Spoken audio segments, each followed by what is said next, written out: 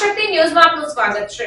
લીમખેડા ખાતે એક કારને ડમ્પર ચાલકે અડફેટે લેતા અકસ્માતની ઘટના સર્જાઈ।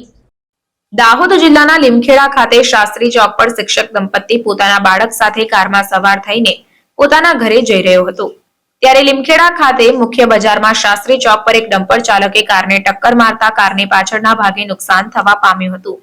કારમાં સવાર શિક્ષક દંપતી અને બાળકનો સદનસીબે બચાવ થયો હતો। ત્યારે અકસ્માત સર્જાતા ઘટના સ્થળે લોકટોળા ઉમટ્યા હતા અને બેફામ રીતે આવતા ડમ્પર ચાલક વિરુદ્ધ લોકોમાં આક્રોશ ફેલાયેલો જોવા મળ્યો હતો। ઘટનાની જાણ થતાં લીમખેડા પોલીસ ઘટના સ્થળે દોડી આવી હતી અને ડમ્પર ચાલકને પોલીસ સ્ટેશને લઈ જવામાં આવ્યો છે। સાથે જ પોલીસે અકસ્માત સંબંધે વધુ તપાસ હાથ ધરી છે।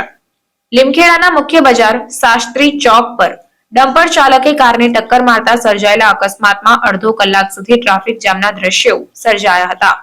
પોલીસે ઘટના સ્થળે પહોંચી અને ટ્રાફિક જામને ખુલ્લો કરાવ્યો હતો।